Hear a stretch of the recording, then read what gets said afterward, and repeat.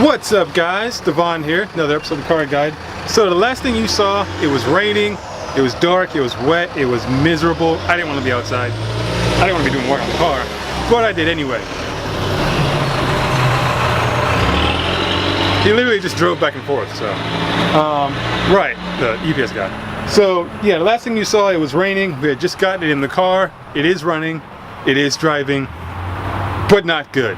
I have a persistent code for a lean air condition, and that's what I'm trying to figure out now.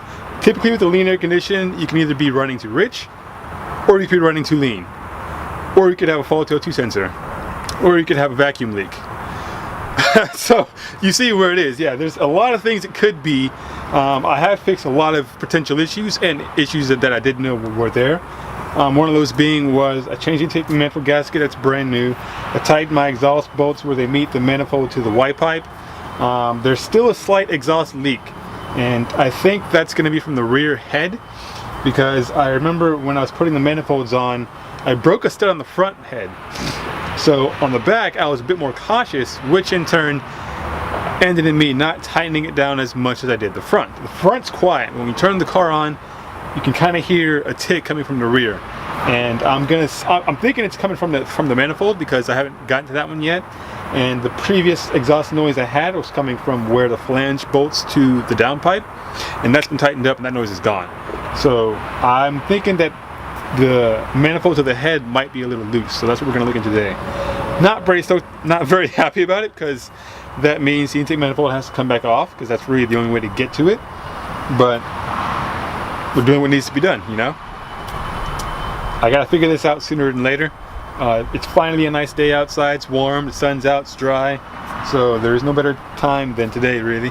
So yeah, I'm gonna take back off the intake manifold and just check out those bolts back there and see how they feel. If they feel loose, then we'll tighten them down, and hopefully that solves the issue. If not, then we know we have something else going on. And it'll also give me a chance to look at the vacuum lines under the intake manifold, and as I remove it, to see if there's anything that was out of place from there. So we have our work cut out for us for today. Let's jump right in. You guys have already seen this, but I'm gonna probably, yeah.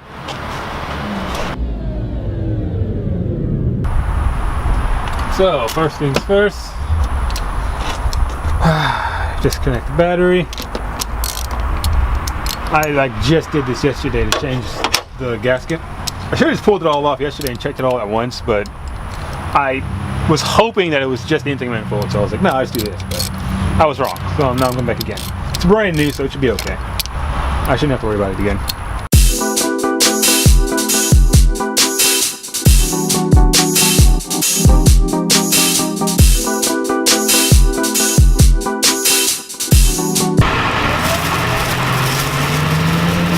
Okay, so as you guys can see, the intake manifold is off.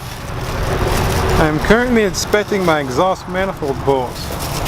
I pulled one out because it wouldn't get tight, and I have a damaged thread right there. I don't know if you can really see it that well, but it's a damaged thread right there.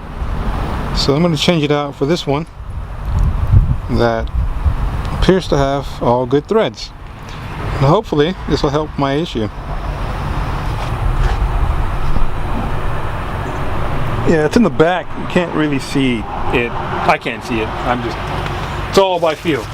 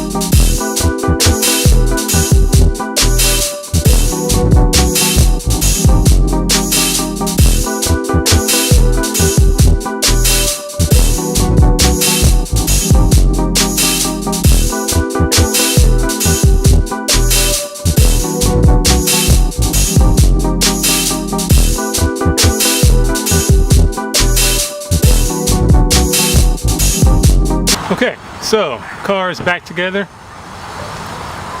Car's back together. It's now time to start it up and see if we made any difference. Good, hopefully good.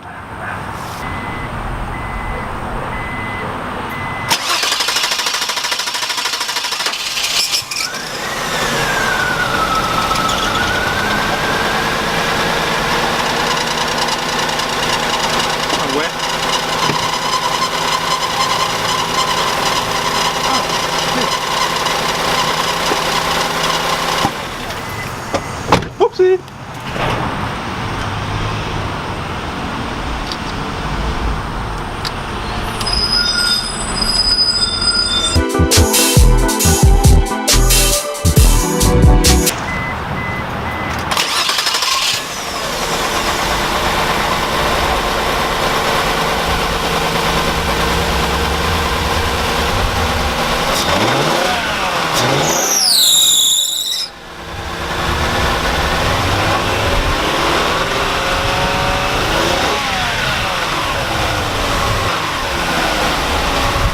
Smooth.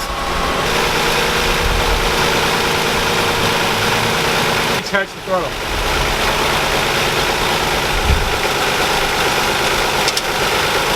I don't recommend doing this with the car on, but I'll be alright.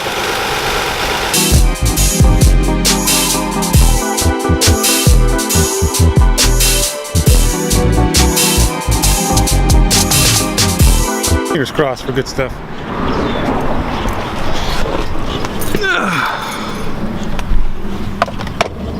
The engine is cold. It's cold-ish.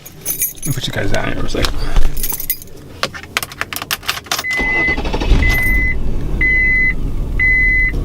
Still feels a little weird. A lot of vibration. The idle's higher than it was, so that's a good sign. Yeah, because before I'd give it gas and like nothing would happen until about 3,000 RPMs, 4,000 RPMs, and then it would start going. So in that regard, it does have a little bit more power down low, so that is a good sign. We did fix a problem that was there. It still has this mist type of feeling to it.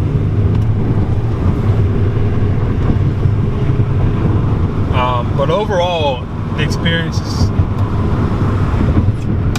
smoother. Better power delivery, better torque. It's quieter too. It's a lot quieter. It was actually pretty loud with all the exhaust leaks going on. I'm pretty happy with today. I wasn't sure how it was going to go, if it was going to make any difference whatsoever, but apparently it has made some of a difference. Like I said, I've got more torque, especially down low. It's smoother. Engine light has not come back on yet. You haven't been driving that long though, so I'll keep driving. I'll probably go home and eat because I'm hungry. I haven't eaten lunch yet, and then I'll come back out and drive some more. If there's still a light out, I'll vlog. If there's no light, I won't vlog. There's a cop right there. So, yeah, so far so good. So let's go back home, eat some food, and recharge our batteries, and then we'll come back out some more. We're back at the pad. I'd say today's work was a success. I mean, the change of light has not come back on yet. I'm gonna do some more driving to make sure that doesn't happen. It's smoother, it's idling higher than it was, and it's got more torque. So we did fix some leaks today. We definitely did make some progress today, so that's awesome. Any day you make progress, no matter how small, no matter how big, that's good. You know, that's progressing forward. That's awesome. So I'm glad we were able to make some progress today. I actually didn't hang out with my girlfriend because I was working on the car, so I'm glad that it was worth something. So yeah, cool. Thanks for checking this video out. What's up, guys? So the last thing you guys saw, we just gotten it all together. It's running. It was running a little rough, so we wanted to change the O2 sensor. So I replaced the one in the rear because it was throwing a code for a bank 1, sensor 1 circuit slow response. And then when we hooked up the scan tool to the computer and read it, that O2 sensor was flatlining like the whole time. So that one was bad. We changed it. It idles better, a little bit better, and it has a little bit more power, a little bit more torque. I also fixed the cooling issue. It was very simple. I just had the caps switched around. One's got a spring on it and one is flat, and I had them switched around, so I switched them back around. Been cooling fine ever since, so that's good news. Next on the list is, while I was on the extended test drive last night, my check engine light was flashing. It was throwing a code for a misfire on cylinder 4 and cylinder 6.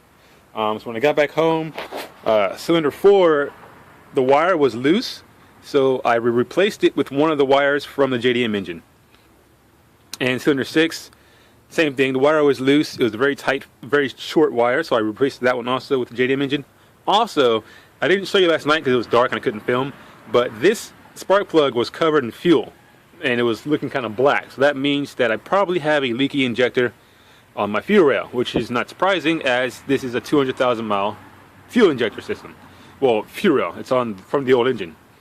So today, I can tell I already switched the wires, the two black ones versus the gray ones. Other ones are fine right now, so I'm not going to change them. And we're going to switch the fuel rail from the JDM intake manifold to mine right now, since this one's supposed to have around 50,000 miles, so it should be better than the current injectors on the car. So, I don't have a tripod today, so I will just be filming in segments. I hope that's okay. Let's get to work. Alright, so I got the banjo bolt that holds the fuel feed onto the rail. Set that aside. Now we're going to break free the Allen bolts. I already broke them free a little bit, so that's why it's so easy to do one-handed right now. Gotta take out one rail and then the other one. That's the way they're set staggered. Okay, fuel rails are out. These don't even really have... Oh, there's the oil ring. Okay. Oh, you can see right here.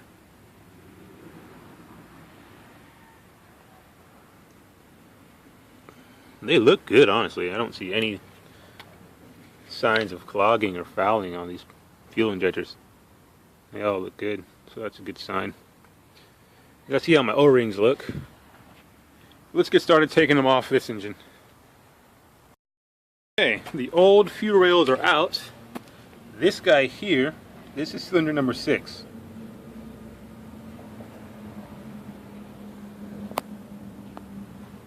And you can see just how corroded and sticky and gross this one is.